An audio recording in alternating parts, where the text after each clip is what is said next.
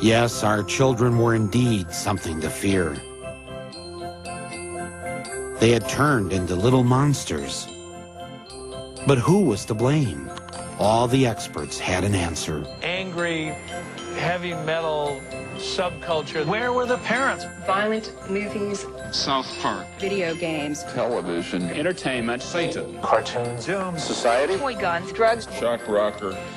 Marilyn Manson. Marilyn Manson. Marilyn Manson. Marilyn Manson. Marilyn Manson. Marilyn Manson has canceled the last 5 dates of his U.S. tour out of respect for those lost in Littleton. But the singer says artists like himself are not the ones to blame. This is perhaps the sickest group ever promoted by a mainstream record company.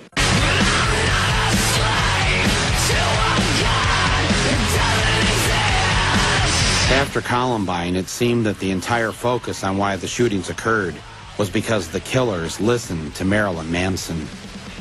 2 years after Columbine, Manson finally returned to Denver. The Ozfest at Mile High Stadium brings shock rocker Marilyn Manson to Denver tomorrow.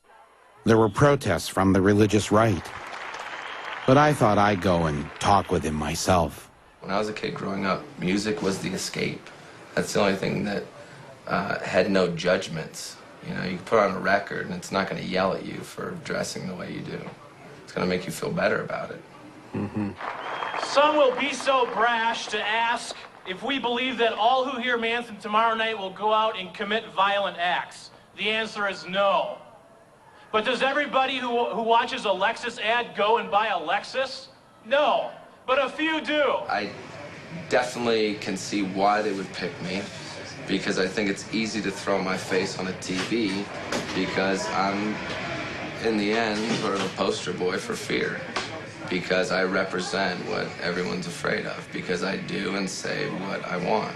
If Marilyn Manson can walk into our town and promote hate, violence, suicide, death, drug use, and Columbine-like behavior, I can say, not without a fight you can't. The two byproducts of that whole tragedy were violence and entertainment and gun control. And how perfect that was the two things that we were going to talk about with the upcoming election. And also then we forgot about Monica Lewinsky, and we forgot about the president was shooting bombs overseas, yet I'm a bad guy because I've sang some rock and roll songs. And who's a bigger influence, the president or Marilyn Manson?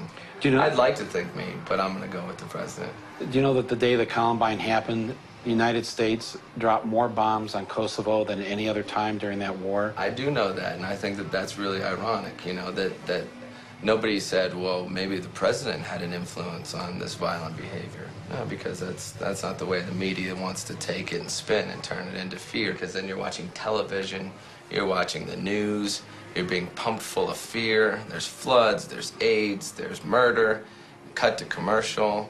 Buy the Acura, buy the Colgate. If you have bad breath, they're not going to talk to you. And it's just this, it's a campaign of fear and consumption. And that's what I think that it's all based on, is the whole idea that keep everyone afraid and they'll consume. And that's really as simple as it can be boiled down to. Right. If you were to talk directly to the kids at Columbine or the people in that community, what would you say to them if they were here right now? I wouldn't say a single word to them. I would listen to what they have to say, and that's what no one did.